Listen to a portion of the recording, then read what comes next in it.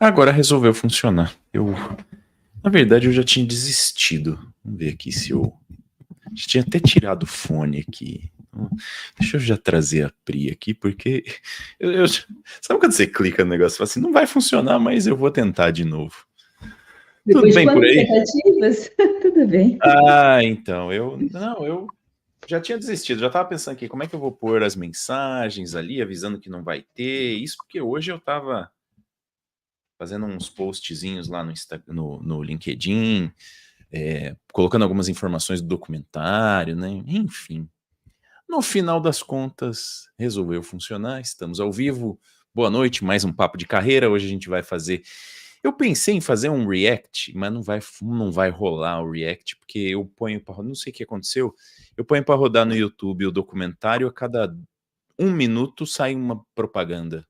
Não sei se eles acharam que eu tenho cara de quem gosta de propaganda. Mas vamos pegar alguns insights, Pri, que eu, assim, peguei no. Deixa eu mostrar aqui, vai.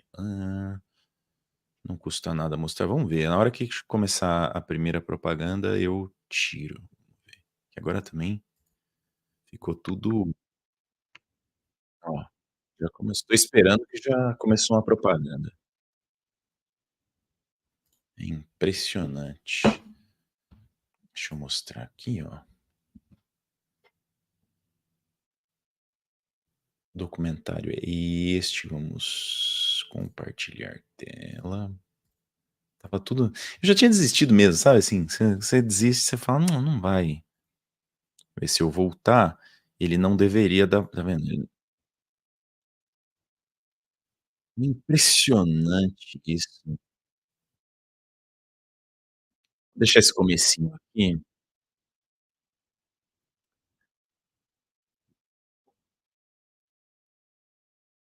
Na verdade também não vai. Tava saindo som pra você? Não, né? Não.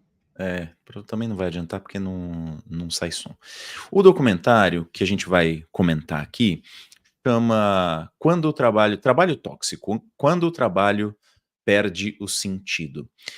E esse documentário, eu estava revendo agora, eu já assisti ele antes, mas eu estava revendo agora, ele traz uma sensação meio triste, assim, sabe, porque é meio que como se não tem muito jeito o trabalho, assim, o seu trabalho vai ser uma merda, não não adianta, faça o que você fizer, o trabalho vai ser uma merda. Mas e a palavra técnica nesse caso é merda mesmo, tá, então não tem outra pra falar, mas na verdade não é isso. Eu estava pensando aqui, eu tive uma série de insights aqui sobre esse negócio, porque é um tema que eu penso muito, que assim, como que a gente fica motivado ou contente com o trabalho? Principalmente se a gente trabalha como colaborador dentro de uma empresa, principalmente se for uma empresa grande. E você sabe que eu comecei a pensar, que eu sempre falava para as pessoas assim: "Eu faço meu trabalho da melhor forma possível. Eu tenho uma tendência a querer fazer as coisas bem feitas, mas eu trabalho pelo dinheiro". O final, assim, o final, a observação final, o objetivo é: eu estou aqui por causa da grana. Se no final do mês não tiver o meu salário, eu não vou fazer mais isso. E na verdade, eu acho que a maioria das pessoas deveria pensar assim, porque aí você não vai depositar uma esperança de que a sua satisfação pessoal tá atrelada ao seu trabalho.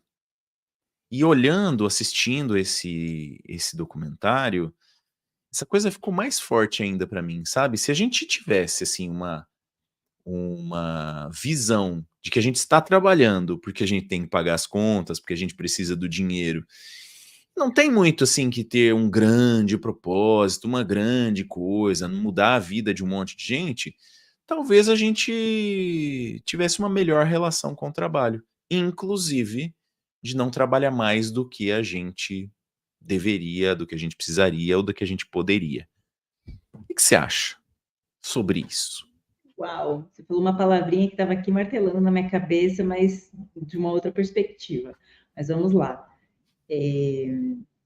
Se a gente for estudar lá a semântica, né, do que é trabalho, né, eu não lembro se sofrimento, tortura, tem alguma coisa, né, lá do latim, que tem origem a isso. Tripalium, é Então, isso mesmo, tortura. o primeiro passo acho que é reavaliar qual é a minha relação com o meu trabalho. E sim, a questão financeira conta muito, senão a gente sai de um CNPJ, de uma empresa SA limitada, MEI, que seja, e a gente vai para uma ONG, né? A gente vai participar de algum projeto onde a gente não tem nenhuma expectativa de receber um retorno econômico em prol do que a gente oferece. Então, sim, concordo com você, né? Sistema capitalista, a gente precisa ter esse retorno financeiro.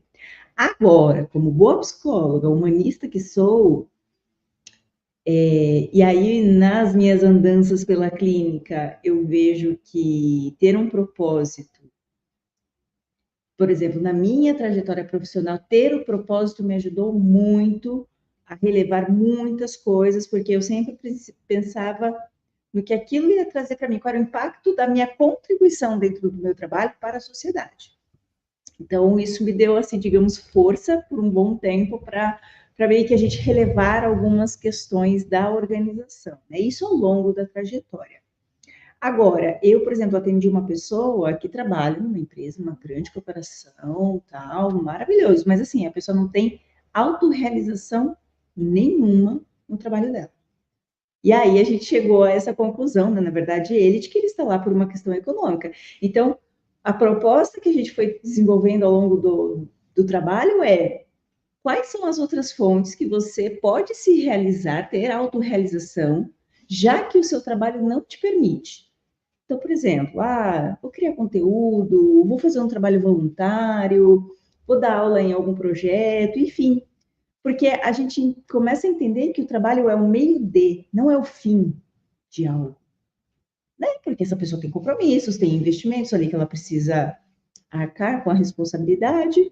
E só que aí, sabe, ficou naquele negócio assim, nossa, eu quero sair, quero vender coco na praia. Quem nunca aqui, né, pensou em viver da arte na praia? Então, acho que isso faz parte.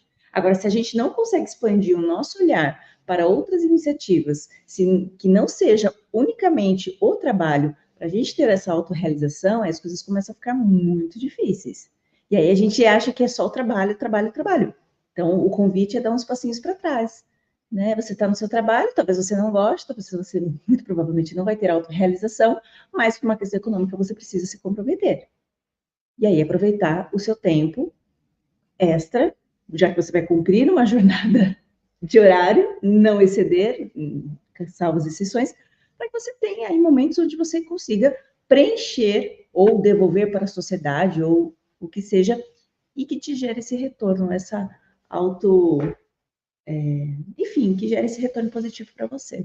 E se depender só do trabalho, complica.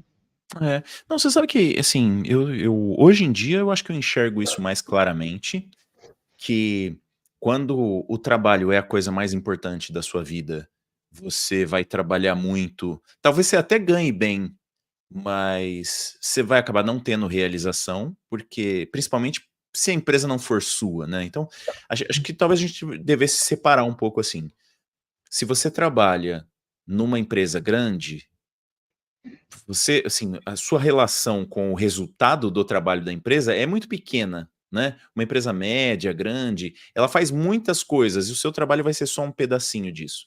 Então você pode, por exemplo, herdar essa realização, né? E falar assim, ó, eu tô aqui porque o propósito dessa empresa conecta muito com o meu propósito e tal, e na maioria das pessoas, a maioria das pessoas que fala isso, eu acho que não sabe muito bem o que tá falando, ou tá só arrumando uma desculpa. Mas quando você entende o seguinte, ó, eu estou trabalhando porque eu preciso pagar minhas contas e porque eu quero fazer outras coisas, e o trabalho é um meio para eu fazer essas outras coisas, automaticamente você não vai trabalhar tanto. Porque o teu propósito não é aquilo. O teu propósito é outra coisa. Por exemplo, vamos supor que você faça, sei lá, você joga futebol, joga tênis, joga basquete, ou faz alguma outra coisa, né, num clube e tal, e aquilo lá é legal para você e você, a hora que você tiver uma chance de sair do trabalho para ir lá, você vai. talvez a gente tivesse que separar as pessoas, né? Existem algumas pessoas que realmente o trabalho é a coisa mais importante do mundo, e normalmente essas pessoas são as pessoas que são promovidas, que viram gerentes, diretores, chefes, e aí acabam trazendo essa mentalidade para os outros, que na verdade só querem pagar as suas próprias contas. E aí que a coisa começa a ficar meio estranha. Esse documentário tem mais uma coisa interessante, Pri, que assim, ó, o documentário ele fala muito do trabalho de escritório, né? Quando a gente teve a Revolução Industrial, as pessoas faziam trabalhos, assim, a maior parte das pessoas fazia trabalho braçal, fazia trabalho que era o chão de fábrica, né? Ou Operacional, né? operacional, ou era agricultura, ou alguma coisa assim. Ó, o Renato aí com a gente. Fala, Renato, tudo bem? Pessoal que está chegando aí já vai deixando também as suas impressões no chat. Se o trabalho é a coisa mais importante, se a gente tem que se dedicar mais ao trabalho, se a gente tem que ter outras fontes de realização, enfim, já vamos fazendo esses comentários aí. Só que o que acontece? À medida que o tempo passou, a gente foi cada vez mais criando trabalhos burocráticos. Segundo o documentário, eu não sei de onde é esse número, até tem a fonte lá, mas eu não me lembro, eu não peguei. No começo era, sei lá, 10, 12% de trabalhos burocráticos em comparação com o trabalho braçal, o trabalho do dia a dia, né? Aquele trabalho que é o fim mesmo da operação. E hoje em dia isso é mais ou menos 75%. O trabalho burocrático, o trabalho de escritório, o trabalho administrativo é mais ou menos 75% dos postos de trabalho. Então, assim, é muito administrativo para pouca, é muita iniciativa para pouca acabativa, né? E isso acaba fazendo com que este trabalho administrativo comece a ser o trabalho que é esse trabalho que mais adoece. E eu achei que o documentário foi por um caminho interessante, isso é verdade. E aí eu me identifico um pouco com isso, porque durante muito tempo eu trabalhei em escritório, né, em tecnologia, e é um trabalho que é muito esse trabalho, não é o trabalho burocrático em si, mas é um trabalho meio, não é um trabalho fim, e ele acaba sendo meio trabalho de escritório, trabalho administrativo, entre aspas.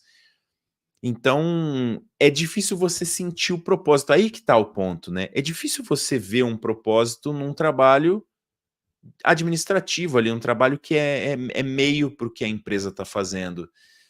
E talvez, se você se conectar com o objetivo da empresa, talvez você trabalhe mais do que você deveria, porque você vai achar que você está fazendo grandes sucessos, quando na verdade a empresa em qualquer momento pode te tirar e colocar outro no lugar e não vai fazer tanta diferença, né? Você percebe assim também essa questão de o trabalho administrativo versus o trabalho ali no chão de fábrica? Pelo que eu observei ao longo da minha trajetória profissional, fala-se muito em inovação, fala-se muito da cultura, da aprendizagem, da aceitação do erro, mas no final das contas, a gente precisa de processos. O que, por um lado, né, já vai ficar, a tendência a ficar mais claro para as pessoas o que elas precisam fazer, quando, como, com quem, onde, mas a gente tem aí o impacto nessa questão da inovação. Então, eu sempre fui, raríssima, as últimas experiências não, mas eu sempre fui da área de operações, sempre. O meu negócio era ver a mágica acontecer, tanto que a minha primeira formação foi em marketing justamente por isso, porque a gente fica muito nos bastidores e aparece lá, né, mas tem toda uma jornada para chegar naquele objetivo. Então, eu gostava muito. E foi uma das épocas que eu mais trabalhei, sabe? De às vezes estar aqui em casa tentando descansar e pensando, nossa, o escritório tá lá bombando, segunda-feira vai ser um ó. Sábado eu levantava e ia trabalhar. Mas por quê? Porque era muita checagem, muito planejamento, roteirinho das coisas. Então, acho que todo mundo, né, vai ter essas fases aí. Eu não sei como é que tá hoje para as pessoas, mas naquela época, operação total e trabalhava demais. Até que chegou um momento que eu comecei a adoecer. Eu falei, chega, porque começou a afetar minha saúde, ao ponto de eu não conseguir descansar. Mas era uma questão minha, né? Não, a empresa jamais me obrigou. Pelo contrário, não era para fazer hora extra. não era solicitado, não tinha essa questão, mas era eu que ficava em casa pensando no trabalho.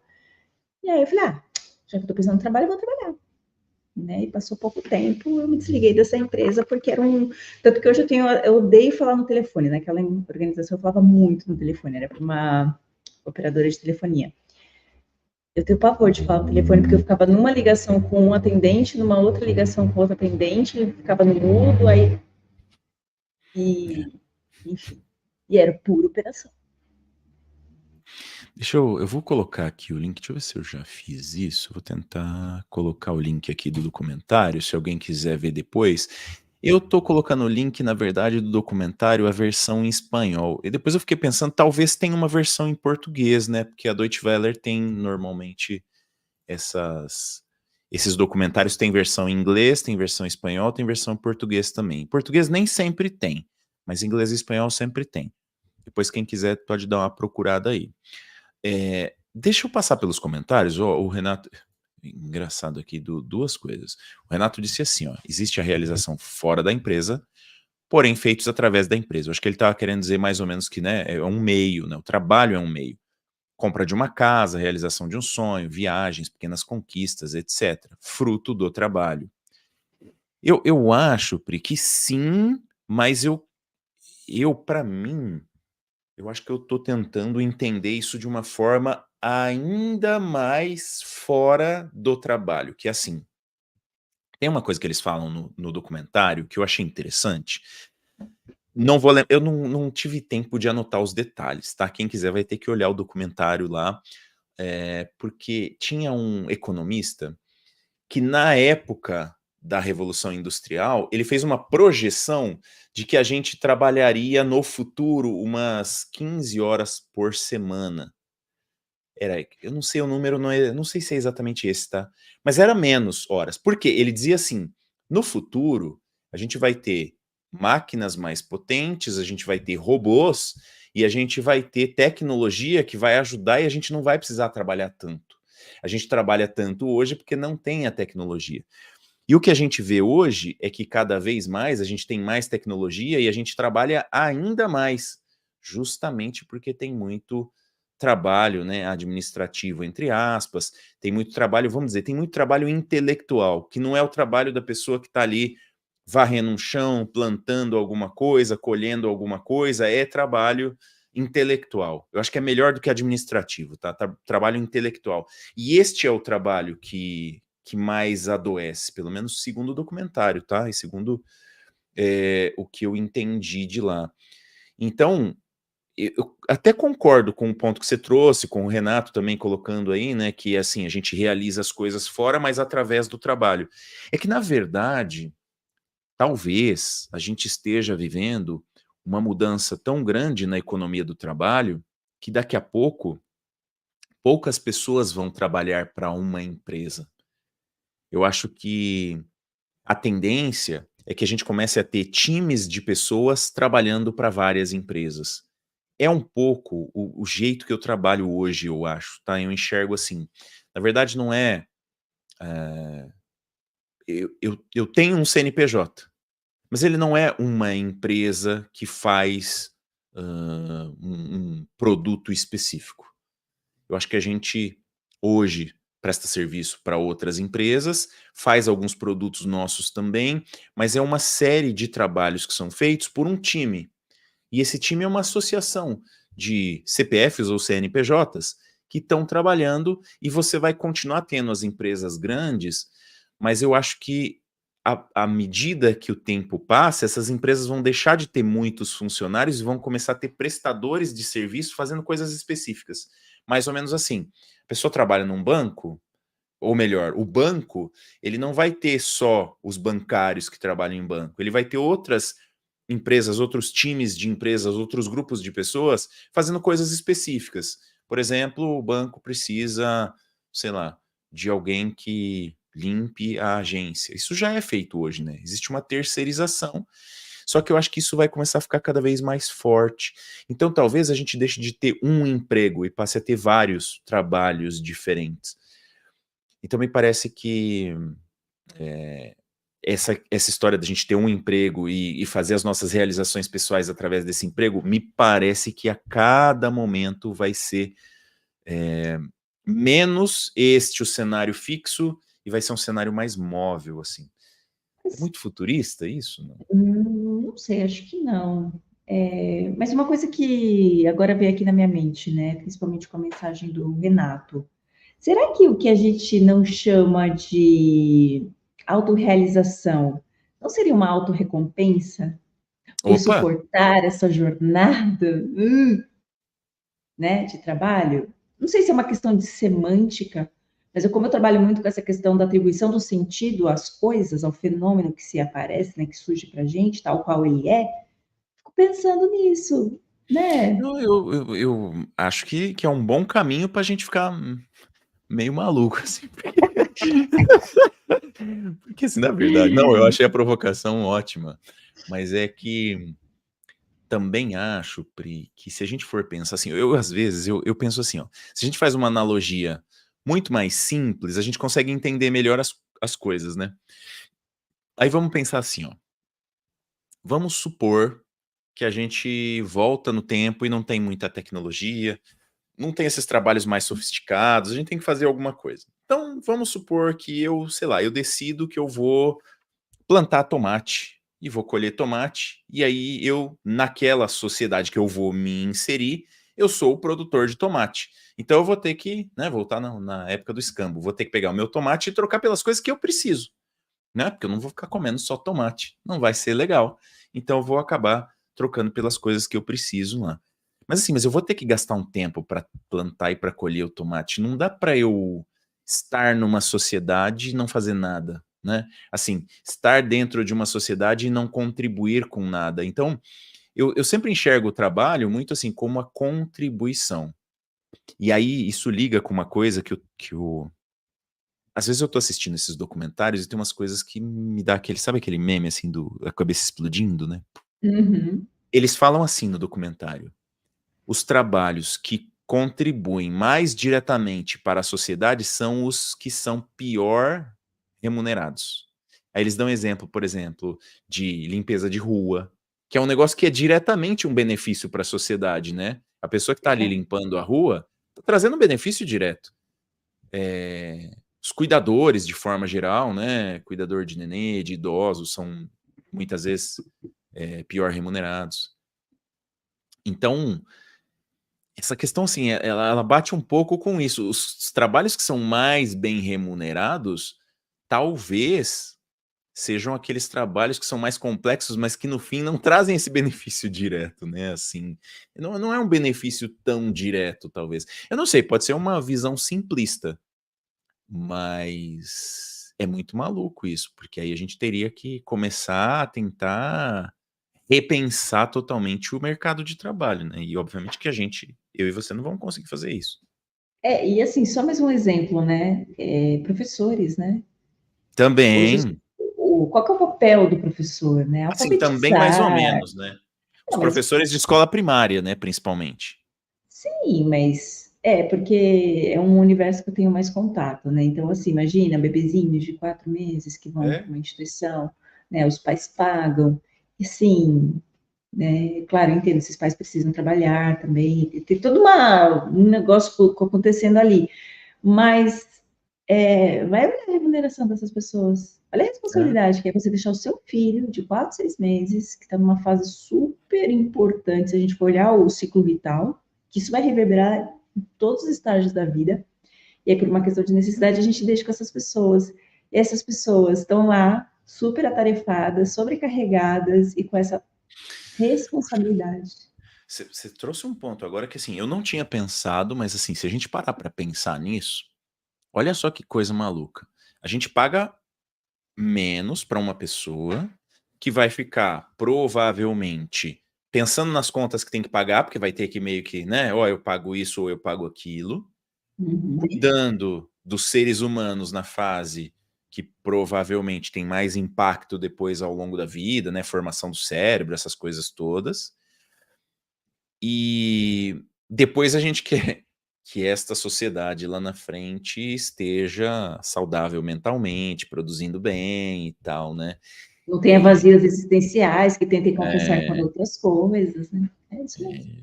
realmente essa daí ó, deixa eu só vou pegar aqui um comentário, porque na verdade o Felipe já tinha comentado e eu achei uma coisa curiosa, né. Felipe Setúbal disse que já passei por isso trabalhando em banco. E aí, assim, não tenho como não lembrar, né, que assim, o sobrenome do Felipe é um sobrenome que tem muito a ver com banco, Setúbal. E, assim, banco eu acho que é um ambiente bastante propício para a gente falar disso, porque é um ambiente, assim, onde há muita competição, onde há muita meta, né, onde há muito objetivo, onde tem muita gente querendo mostrar serviço e realmente é bem complicado. Eu sempre que eu comento, porque assim, eu trabalhei 10 anos em banco, né, sempre que eu comento sobre rotina de banco e tal, eu vejo que as pessoas a maioria das pessoas fala assim: "Não, eu também eu trabalhei, num lugar X, assim, que também era assim". Não sei, eu acho que banco é uma classe à parte, assim, sabe. Banco realmente não é, eh, não é uma empresa como outra qualquer. Pode ser que isso mude, né. Eu tô falando dos principais também, né, dos grandes bancos aqui no Brasil, principalmente. É complicado, viu, Felipe. Eu acho que todo mundo que trabalhou em banco tem alguma história para contar sobre isso, ou uma história para contar de alguém que passou mal, que adoeceu, que não sei o quê, porque o ambiente é um ambiente muito competitivo mesmo, né. Ó, a Mirna tá com a gente aí também. Boa noite, Mirna. Já vai deixando aí as suas impressões também sobre o tema de hoje. O tema de hoje é "Quando o trabalho adoece". A gente está comentando aqui um pouco sobre um documentário que é um documentário da DW, é uma empresa alemã, e ele fala sobre quando o trabalho adoece. O nome do documentário mesmo é Trabalho Tóxico, quando o trabalho perde o sentido. Eu passei um link aqui, o link é do documentário em espanhol, mas se bobear tem em português também, depois eu vou procurar e passo aqui nos links que eu passei. Deixa eu voltar um pouquinho aqui, Pri, ó, lá no começo do documentário, olha só que interessante, eles fizeram esses documentários, eles são muito bem pensados, né, eles querem dar um clique na nossa cabeça mesmo. E aí eles começam o documentário assim, ó, falando de algumas coisas. Interromper o trabalho. Primeiro eles falam, né, sobre o trabalho, esse trabalho mais intelectual, e aí eles mais ou menos te fazem assim: será que você se identifica com algum desses itens? Interromper o trabalho tanto quanto seja possível. Aí aparece as pessoas no escritório, uma perguntando para outra: "Ô, posso fazer isso? Ô, pode fazer aquilo?", não sei o quê. Hum. 2, organizar reuniões, inclusive se houver trabalho mais importante a ser feito. 3, aumentar o trabalho burocrático, né, o trabalho paperwork eu acho mais legal, em inglês é paperwork, em espanhol é papeleo, e a gente aqui fala trabalho burocrático, né, eu acho que o É, paperwork é mais burocracia. o papeleo é mais legal. Apresentar todas as reuniões em um comitê, então sempre que você precisar apresentar alguma coisa, faça um comitê. Fazer discursos sobre temas irrelevantes e, Hum. para tomar Ai, decisão, passar por pelo menos 3 pessoas. gatilhos, gente, não tô dando conta disso. Não, mas sabe o que é mais legal? Esses pontos são de um manual de sabotagem feito na Segunda Guerra, para dizer como você pode acabar com o inimigo só com essas sabotagens. E esses Faltou só itens uma coisa, hã, fazer uma reunião para combinar a reunião. a reunião da reunião, né. A data da data, a reunião da reunião. Mas olha só que interessante, ele por isso que eu recomendo que vocês assistam o documentário inteiro, tá. Embora os insights aqui às vezes até são mais ricos, mas o documentário é muito legal, porque eles começam falando desse manual de sabotagem, e eles vão falando ao longo do documentário sobre o quanto a gente talvez tenha ido além, né. Então quem escreveu lá na Segunda Guerra o manual de sabotagem não foi tão bom quanto o que a gente tem feito no trabalho administrativo, burocrático, intelectual hoje em dia, né. Faz muita reunião, interrompe o trabalho do outro, faz a reunião da reunião, faz comitê, tem um monte de chefe, tem um monte de coisa para decisão. E assim, no fundo, É verdade, não é? Isso é contra a produtividade, é contra a saúde mental, é ou não é? Totalmente. Eu atendi uma pessoa, inclusive foi no planejamento de carreira e transição de carreira. E essa pessoa trabalhou na área de vendas de uma empresa. E assim, a liderança mandava check-in todo dia, né, na Vendas é plataforma de pesado também, né? comunicação. E assim, olha, vocês têm que preencher. Aí era um negócio tão bizarro, porque a jornada de trabalho dessas pessoas, dessa equipe, em especial dessa pessoa que eu atendi, era basicamente participar de reuniões com o cliente, ou reuniões internas, ou com a liderança, ou quem quer que seja, e preencher documento. De quantas ligações fez, de quanto falta da meta, e aí a pessoa ficava perplexa. Ela falava assim, tá, em que momento que eu trabalho?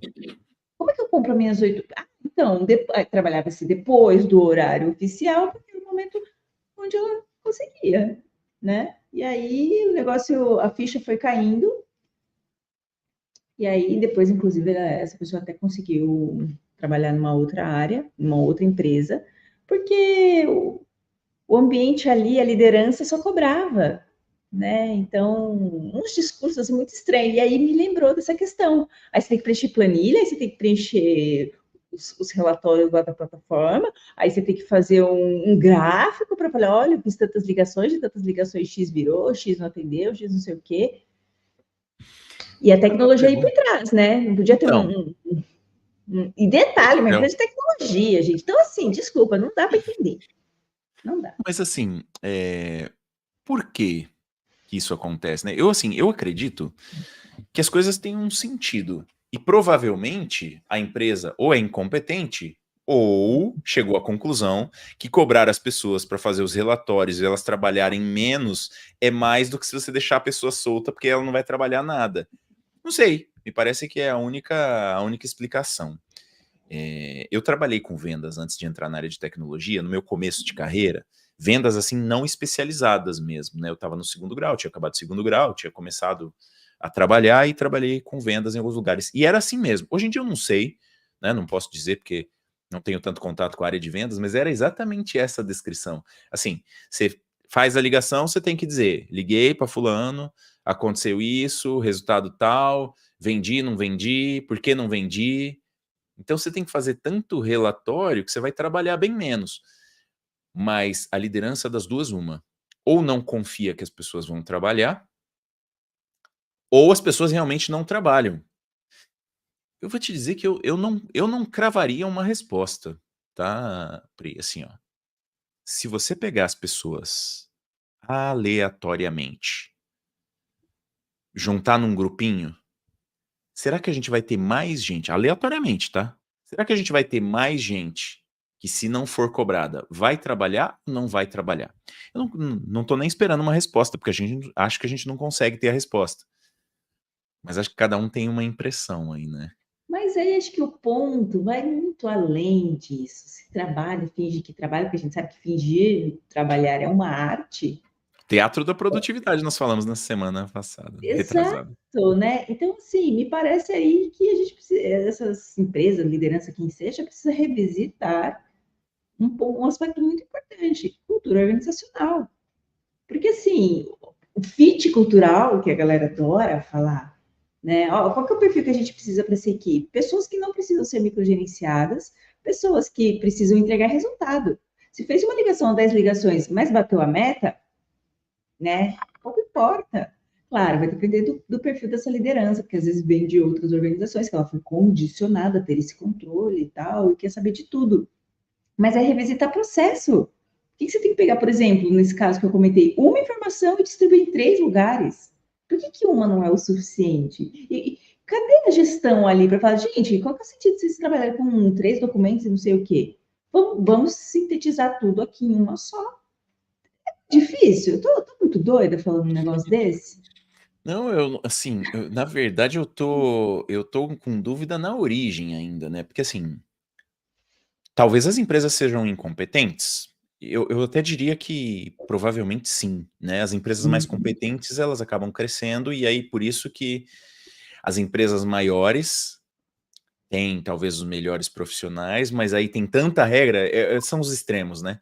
Aí passa É, a ter tanta regra, tanta competição por produtividade, as pessoas acabam produzindo tanto que você entra lá, se você não consegue produzir na mesma toada, você vai adoecer também, ou você sai ou você adoece, né? Mas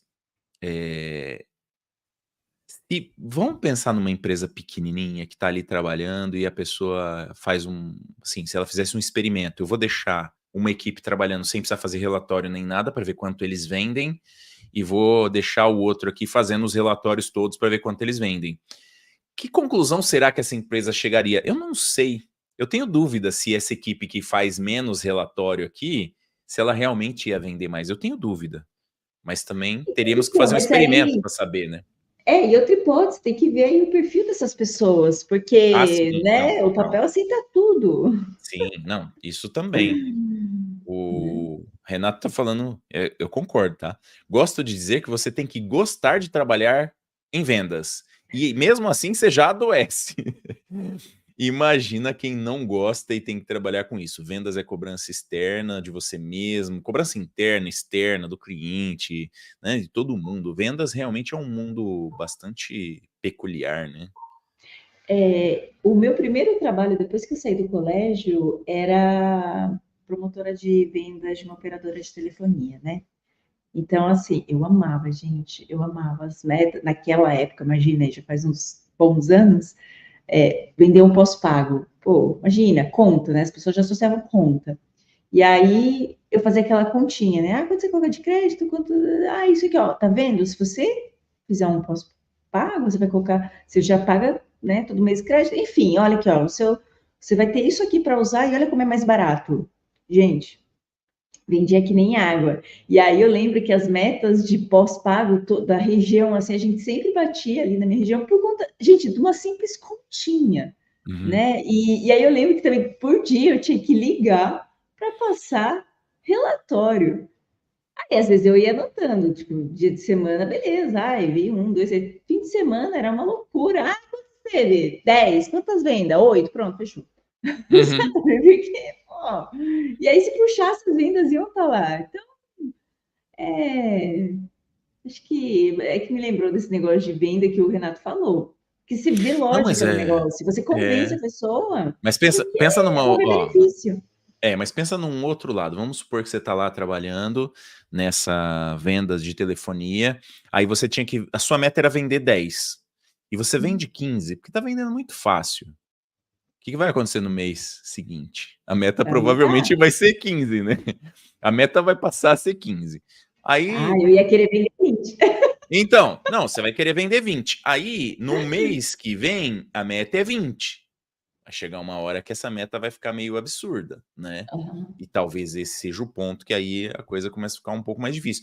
Mas eu concordo que, assim, eu acho que, na verdade, eu falei da área de vendas, mas eu vou voltar atrás no que eu disse, porque, assim, tem algumas empresas que a área de vendas é talvez a melhor área da empresa, né, porque são produtos que nem esse caso, né, assim, quando você está numa maré ali onde a empresa está querendo trocar o pré-pago pelo pós-pago, fez um produto que para a empresa lucra mais, porque ela vai cobrar menos, mas ela vai gastar muito menos, é uma época Eficiência. é uma época de bonança, assim, né, para quem está nas vendas, é até, vamos dizer, é até menos estressante, talvez. Por outro lado, numa outra fase, onde é o contrário, né, o mercado está mais contraído e tal, tá difícil de vender, aí passa a ser bastante complexo, né? Então, acho que tudo tem mercado, momento, né? Eu trabalhei com vendas de várias coisas nessa época de início de carreira, e eu trabalhei com uma coisa muito interessante, era espaço publicitário em rádio e TV. Então eu ia nas empresas, empresas pequenas assim, comércio e tal, para vender anúncio no rádio. Aí a pessoa comprava e fazia o anúncio lá. A gente fazia um roteirinho e aí a própria rádio produzia, né? A rádio não, era a agência que produzia a fitinha lá e entrava nos comerciais e tal. E tinha uma coisa que era assim, comercial na TV era muito caro, então era muito difícil de vender, mas assim, se você vendesse um pacote de comercial na televisão, você batia um só, você batia a meta por 3 meses, assim, era uma coisa maluca. Mas às vezes você ficava um tempão sem vender nada. Então, era meio sazonal, assim, né? Vendas tem isso, né? De ser sazonal Uhum. também. Então, enfim. É, eu, depois dessa empresa que eu tive esse estrelelê aí também, porque aí depois eu migrei para outras áreas da empresa, né, dessa empresa de telefonia, e aí foi o começo do fim. Eu tô brincando, mas enfim. Mas aí depois eu fui trabalhar só com empresas pequenas, que você tem essa experiência em empresa grande, eu tinha experiência, imagina assim, uma empresa, sei lá, com 4, 5 pessoas, responsável por gerir a operação de uma integração de um banco de fora que comprou um banco do Brasil. E Mas assim, aí é uma era uma empresa empresa pequena, pequena que mas, está dentro de um cenário grande, né? mas assim, com uma responsabilidade enorme, né? Então, mas é nesse contexto, assim, de empresas menores que eu te falo, né? Enfim. E o que eu gostava muito era que a gente tinha esse negócio do, como é que vai fazer? Não sei, faz você. E eu sempre quis ter autonomia, porque lá, não, é cara crachá, É, senta, senta, levanta, levanta. E aí, quando vieram com a autonomia de bandeja para mim, eu fiquei apavorada, né? Fui trabalhar com o Alexandre Magno também. Não, você decidiu. Como assim? Né? decido, eu?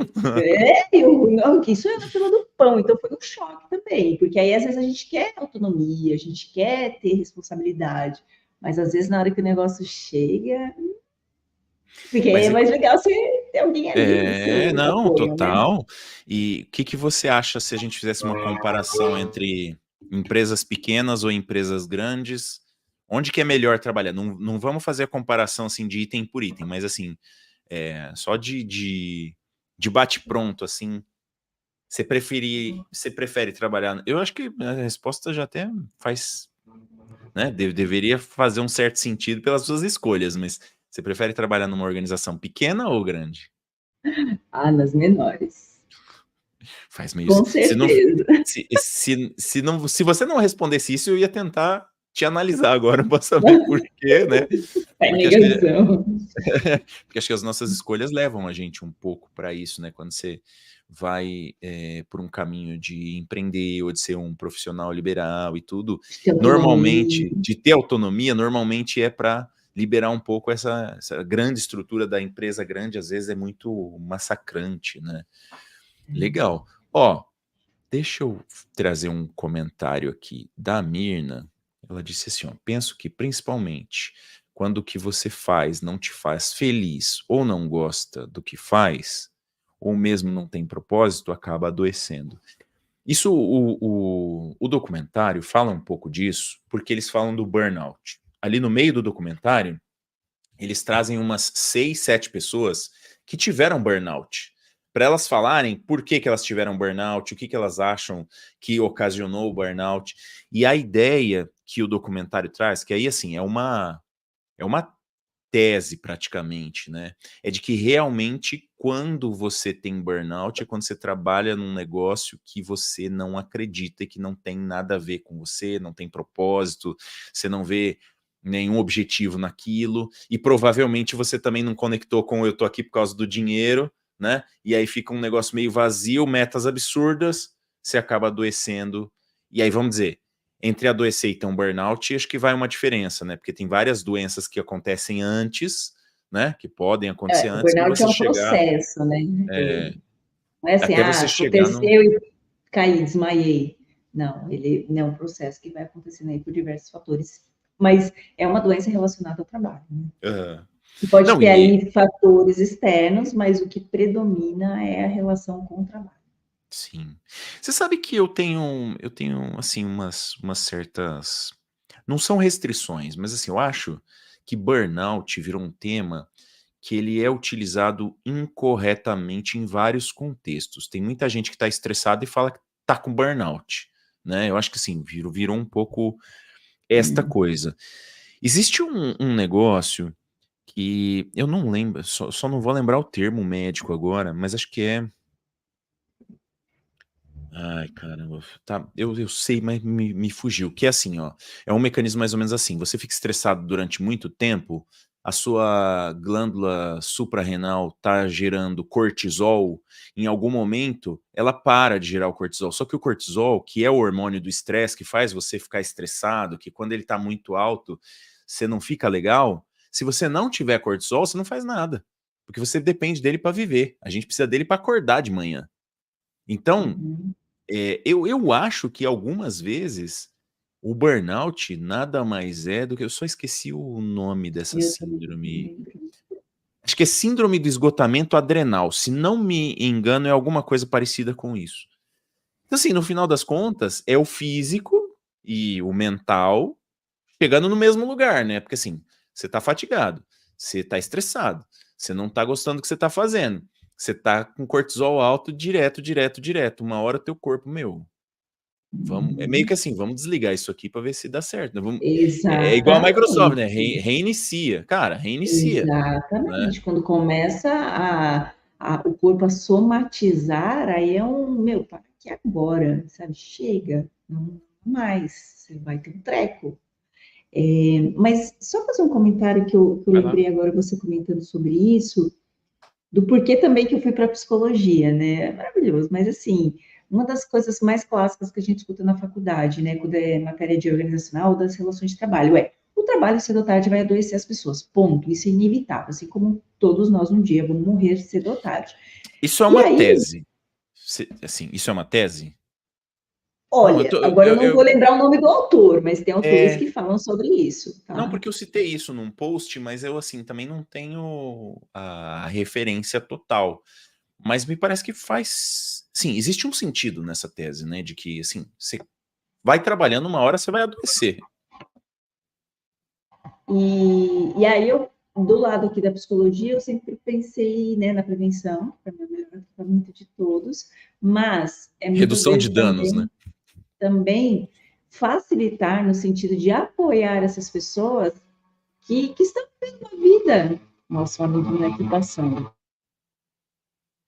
Faz parte do ao vivo. o rapaz da mobilete. Mas é ajudar essas pessoas a se perceberem, né, em que momento de vida elas estão, porque dependendo da jornada, a gente sabe, é muito mais difícil, começo de carreira, né? Você vai falando sim para tudo, você, né? Enfim, tem várias questões ali. Mas o ponto é, tá, você não sente autorrealização, você não está feliz, então vamos normalizar que você está nesse trabalho por uma questão econômica. Não tem nada de errado com isso. E aí, o que você gosta de fazer? Como que você se imagina daqui X anos? E começa a devolver para a pessoa, ao longo desse processo, perspectivas que ela foi perdendo, porque ela acha que o trabalho dela vai ser aquele por resto da vida, ou por um bom tempo. E aí, quando a pessoa começa a se apropriar dessa autonomia, ela começa a perceber, pô, esse trabalho aqui realmente não é para mim, não gosto, tá, mas eu preciso pagar minha faculdade, que é o que eu quero. E ela vai se organizando para dar conta desse trabalho, enquanto ela, né, se ela não for herdeira, que pode sair, né, se dá o luxo de sair, até ela conseguir fazer essa transição de carreira. Então, eu gosto de falar muito sobre esse tema de carreira, porque às vezes as pessoas acham que não tem saída, que elas não têm oportunidades nem possibilidades. E às vezes não têm oportunidade, mas elas têm possibilidades. Aí vai ter que ver se ela está disposta a arriscar, uma série de coisas. Mas sim, existe. Porque, eu odeio meu trabalho, né? Hoje mesmo eu fiquei. Gente, eu amo segunda-feira e talvez eu seja uma pessoa mais feliz do mundo por isso. Mas aí eu fiquei pensando, né? Hoje eu já vi na internet várias pessoas falando, mas você odeia segunda-feira ou você odeia o seu trabalho? Né? E aí calhou da segunda-feira ser o primeiro dia da semana. Se terça-feira fosse o primeiro dia da semana, provavelmente as As pessoas iam pessoas iam odiar a odiar. terça-feira. Então é um convite mesmo para a gente refletir. Pô, dá aquela deprê, domingo, começa a passar, vai começar tudo de novo. Nossa, é um convite para repensar as coisas aí. Ó, deixa eu aproveitar que você tocou neste assunto, eu vou compartilhar aqui uma tela de um post que eu fiz lá no LinkedIn, que eu peguei uma telinha do documentário. Deixa eu tentar colocar aqui assim, vai ficar mais fácil de ver. Uhum. Acho que é assim, ó. Beleza. Aí, olha só que interessante. Isto aqui, não tá aparecendo legenda, né? É interessante, mas precisa da legenda ali. Então, assim, ó, a barrinha branquinha são o percentual de pessoas que estão motivadas. a barrinha preta são os não motivados. E a barrinha vermelha ali, sei lá, é quem tá infeliz, assim. E aqui eles falaram uma coisa que eu achei pesado, assim. São as pessoas que estão tão infelizes que elas trabalham contra da empresa, do empregador e tal, porque tá assim, tá, né? Trabalha contra no sentido de não faz as coisas, né? Faz sabotagem, essas coisas assim. Mas aí tem uma outra coisa que eu fiquei pensando. Eu olhei esse gráfico e lá no documentário, como é uma empresa alemã que está fazendo o documentário, eles estão mais preocupados com comparar os Estados Unidos com a Alemanha, né? Ninguém Hum. olhou, e olha só que interessante para a gente. O Brasil está aqui perto dos mais que tem mais gente motivada, ó. É o segundo. É, Meu assim, Deus. vamos dizer que se a gente pegar Estados Unidos, Brasil, Suécia, Alemanha, Quênia, Reino Unido, Coreia do Sul, França e Japão, o Brasil é o segundo, onde tem mais gente motivada. Assim, na verdade também tem bastante gente infeliz, né? Porque a Suécia aqui tem menos, né? Tem mais desmotivado, mas os outros, ó, e bate um pouco também. França, não sei, Coreia do Sul talvez, mas assim, o Japão, por exemplo, tem muita gente infeliz e tem pouca gente motivada com o trabalho. E é uma sociedade que tem uma cultura de trabalho, né? O japonês ele já nasce pensando em trabalhar, trabalha a Ah, vida o inteira. Ikigai, não sei o que É, tem. ou seja, e esses dados aqui são do Gallup. Assim, obviamente que eu não posso atestar que esses dados são totalmente fidedignos, mas me pareceu bastante interessante, porque a gente costuma falar muito assim, não, porque aqui no Brasil isso, porque lá fora aquilo, porque lá fora é melhor, porque não sei o quê. Não é o que esses números estão dizendo, né? Tirando os Estados Unidos, e se você olhar, entre aspas, tá meio perto ali, né? Tirando os Estados Unidos, o resto, a situação do Brasil ainda está melhor. Então achei curioso isso aqui. Sim, achei bastante curioso. Embora o número de pessoas infelizes é muito grande, né? Eu até abri aqui, ó, esse Gallup, né? Achei que tem umas coisas interessantes aqui. Deixa eu botar em tela cheia aqui para a gente ver. E você consegue achar esses números aqui. Tem bastante pesquisa e tal. Esse aqui, ó, o engajamento é que é nos Estados Unidos comparando com o global, né? E aí eles comparam com as empresas que têm melhores práticas de trabalho. Então você vai ver que as empresas que têm melhores práticas estão muito melhores do que o geral. Mas no geral, né? Quais são os empregados, os colaboradores que estão engajados? No geral, por volta de 30%. E no mundo, por volta de 23%. É muito pouco, né? Pessoas que estão Hum. ali porque tem. Assim, vamos dizer, quem enxerga propósito, quem está conectado com o propósito da empresa, está trabalhando porque gosta realmente e tal, é um terço das pessoas, né? Então, a cada 10, 3 e pouquinho estão trabalhando porque gostam mesmo. Depois, que se alguém quiser vasculhar aqui, tem bastante informações interessantes. Tem essa daqui também, ó. Outra coisa que é, ó, engajamento dos empregados por país. Dá uma olhada na legenda e dá uma olhada como tá o Brasil. Ó, o Brasil é um dos melhores aqui, ó, em comparação com o geralzão do mundo, assim, o Brasil não tá mal, não. Da onde tiraram estas informações? Não sei dizer. Countries that do not display any data. Não dá para dizer, mas assim, em princípio, pelo menos pelo Gallup, o Brasil não é dos piores em termos de engajamento, das pessoas estarem ali. O que você acha, Priscila Stone? Vamos lá. Ah, eu Pareceu. queria conversar, no mínimo, com Queria uma conversar com esse pessoa, Gallup aqui, né? no mínimo com uma pessoa que participou dessa pesquisa para entender o que é propósito para ela no trabalho, sabe? Que tem relação. Mas parece, assim, por quê? Parece. O número parece sem sentido? O que que você acha? Para entender o critério, né? O que é esse Aham. propósito? É o propósito porque o salário vai contribuir para que eu Na me dê? verdade, a pesquisa é se o empregado está engajado ou não. Então, eu imagino que eles fizeram alguns critérios, né? Propósito, eu que conectei aqui com a ideia de ter propósito, mas deixa eu ver se tem aqui.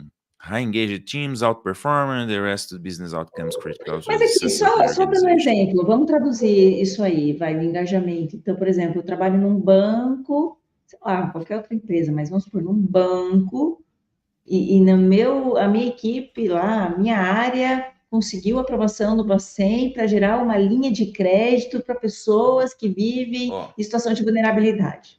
Aí, pô, a gente vai ajudar essa galera. Você tem alguma coisa assim?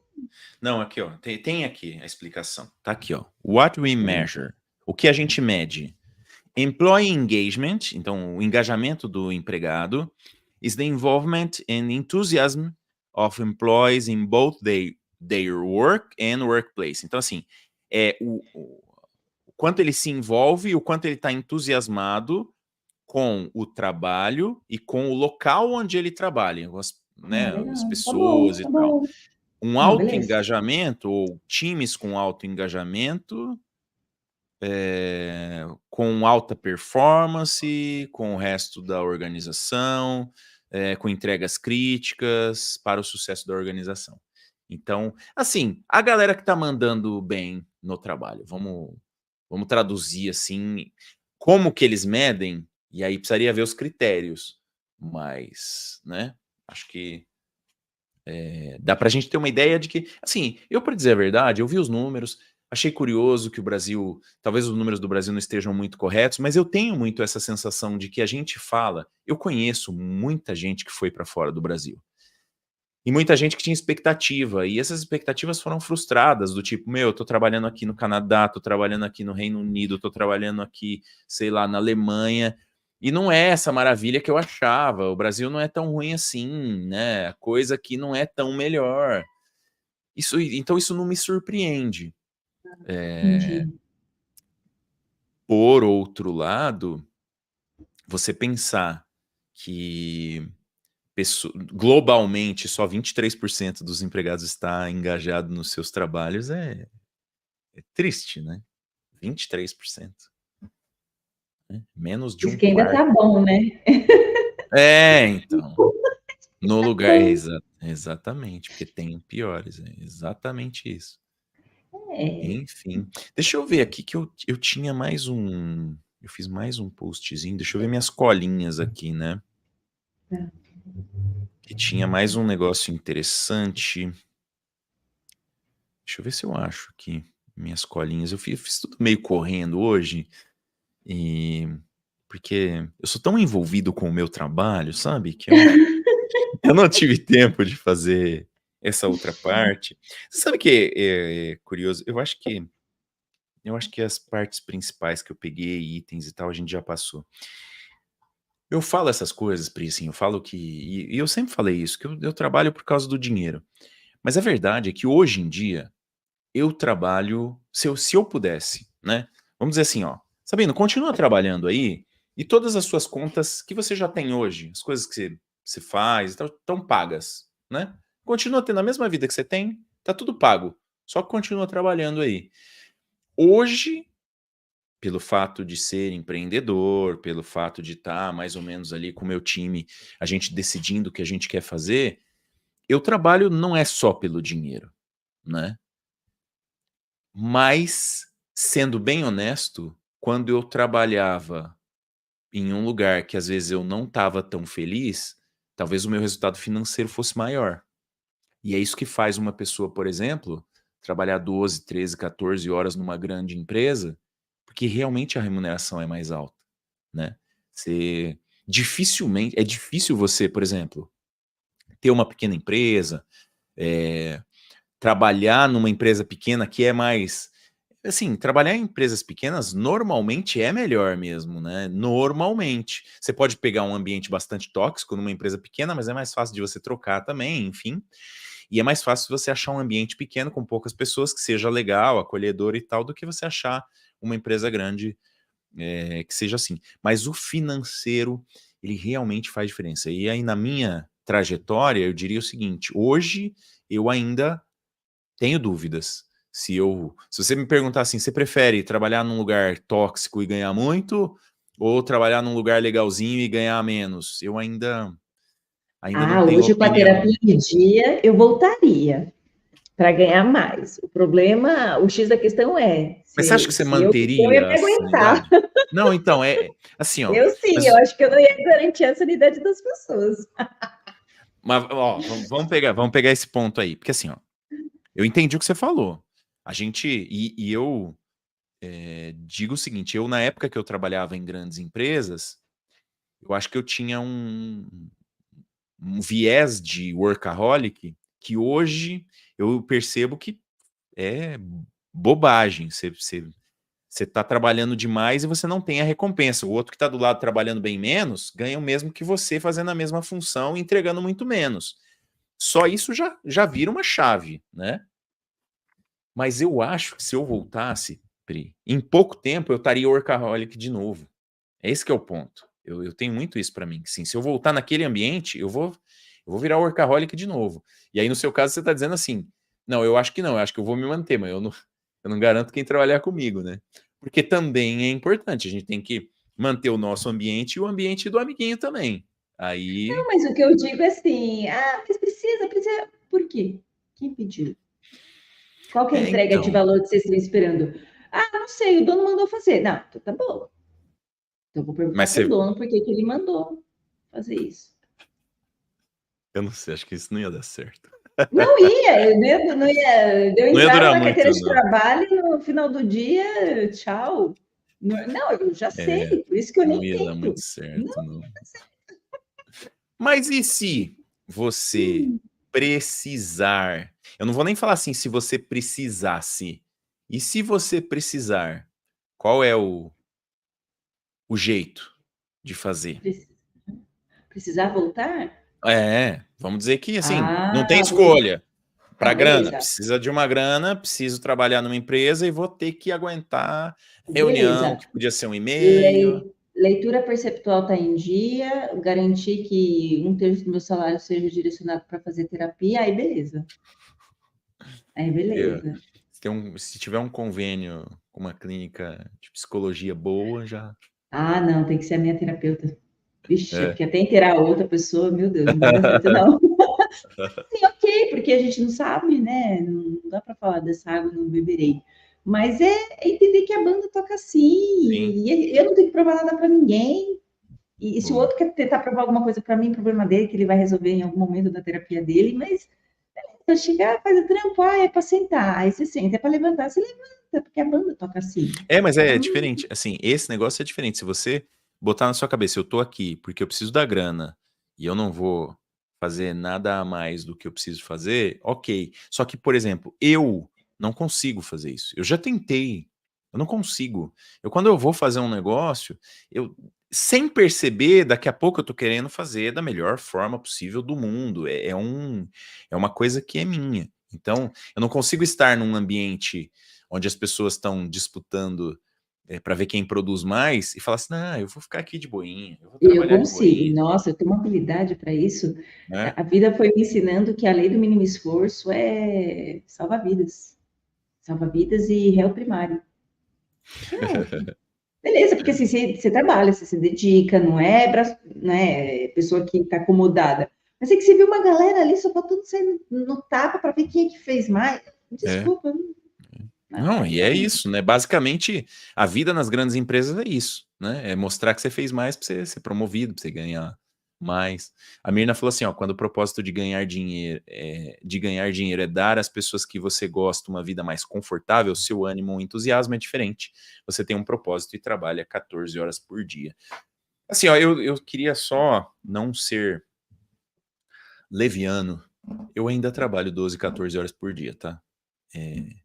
Ninguém precisa fazer isso, acho que é totalmente errado.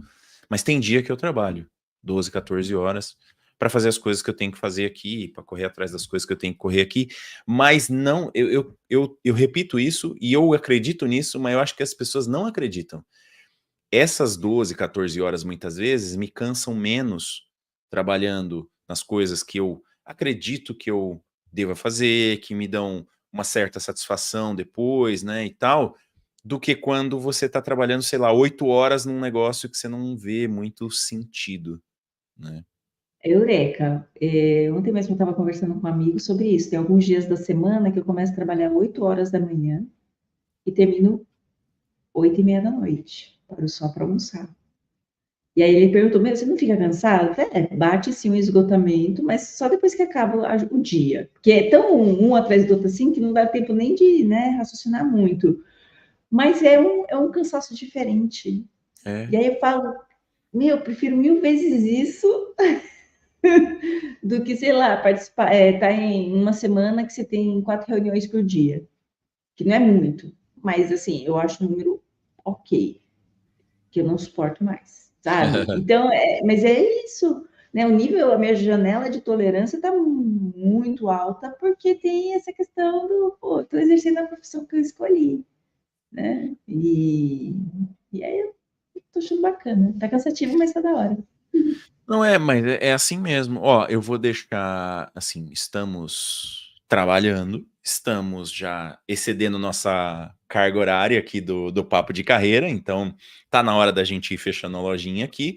Eu deixei o link para esse documentário no chat aí, né? Acho que deixei só no, acho que, deixa eu ver, né? Só não foi lá pro LinkedIn, mas no LinkedIn, dá uma procurada lá no meu LinkedIn, eu fiz um monte de postagem hoje, tem bastante coisa lá. Deixa eu compartilhar aqui, ó.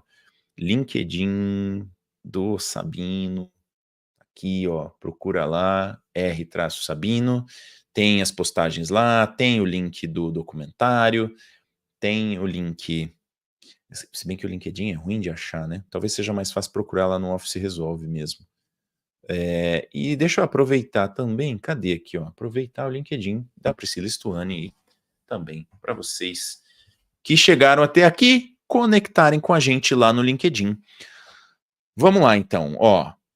Se chegou até aqui, nós trabalhamos pra caramba, estamos aqui trabalhando, né? É trabalho também, né? A live também é trabalho. Então, compartilhe o vídeo, dá aquele joinha legal, né? Comenta alguma coisa para ajudar também no engajamento. Comenta aqui o que você achou do papo de carreira, quais são os temas que a gente pode trazer nos próximos papos de carreira, né? E se você tá na vibe de trabalhar 12 horas por dia feliz e contente, ou tá na vibe de tentar trabalhar umas 4, 5 só, para dar aquela enganada, e a gente vai ficando por aqui. Pri, alguma coisa para a gente acrescentar? Não, acho que eu já falei demais, a gente explorou bem. Qualquer coisa me perguntem também lá no meu LinkedIn. É isso, continuamos esse papo lá no LinkedIn. Foi bem bacana. Eu, mais uma vez, recomendo assistir o documentário e também pensar nessas coisas, né? Como você está se relacionando com o seu trabalho e se tem alguma coisa que dá para melhorar. A gente tem que sempre ter esta ideia e pensar. E aqui no Papo de Carreira a gente está sempre falando sobre isso. Semana que vem tem mais Papo de Carreira. Valeu, até. Tchau, tchau.